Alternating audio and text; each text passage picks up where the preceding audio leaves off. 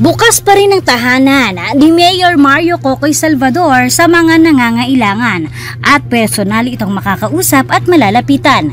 Ito ay nakaugalian na ng alkalde magmula pa lamang ng manungkulan ito bilang konsehal ng Barangay Caloocan noong 1989 at ayon kay Mayor Salvador na ang lahat ng kanyang sweldo noon ay binibigay nito sa mga tanod at barangay officials sa nasabing barangay.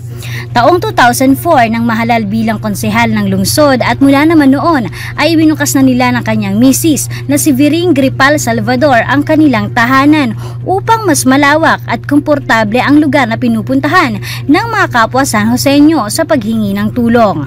At sa panahong ito niya na ipanukala ang ordinansa na naguutos na kailangang nasa 60% ng bawat manggagawa sa bawat establishmento sa lungsod ay San Joseño. Nang maging vice-alkalde ng taong 2007 ay butika naman para sa lahat ang kanyang ibinukas sa loob pa rin ng kanilang bahay. Taon-taon din noon ay bukas tuwing panahon ng Kapaskuhan ang tahanan nila at dito pinapalamutaan nila ang kanilang malawak na hardin kasabay ang film showing para sa mga pamilya at mga kabataan. 2016 nang mahalal ito bilang alkalde at ayon kay Mayor Cocoy na mas naiintindihan niya ang nais at pangangailangan ng bawat tao na nakakadaupang palad niya.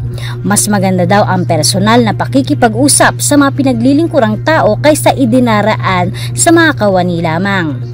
Dahil sa nakagawian ay alas 5 ng umaga ay bukas na ang tarangkahan nila at kasabay na niya sa pagkakape ang mga San Joseño at nag-uusap tungkol sa mga nais at lambing ng mga ito bago tuluyang pumasok sa kanyang tanggapan o pumunta sa kanyang mga obligasyon.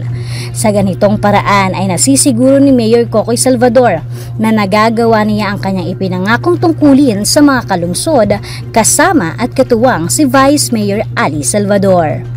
Para sa Balitang Nueva Ecija, Ninya Cayaban para sa DWN Teleradyo ang inyong kakampi.